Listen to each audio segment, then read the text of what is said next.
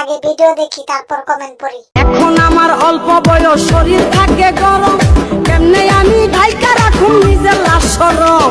শীতের রাইতে যখন আমি একলা শুইয়া থাকি, বুকের ব্যথায় তখন আমি বালিশ চাইপা ঢাকি। আপু আমার তো পানি বের হয়ে গেছে।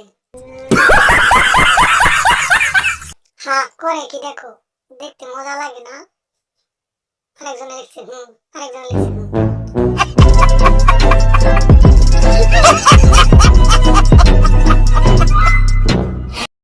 হাই ভাই বুকে আই।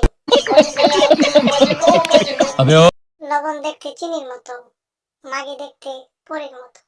ধন্যবাদ।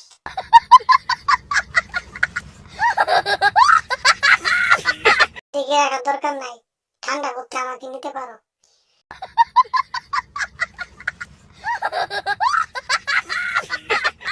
এই ভিডিওটা শুধুমাত্র বিনোদনের জন্য, সো কেউ সিরিয়াসলি নেবেন না।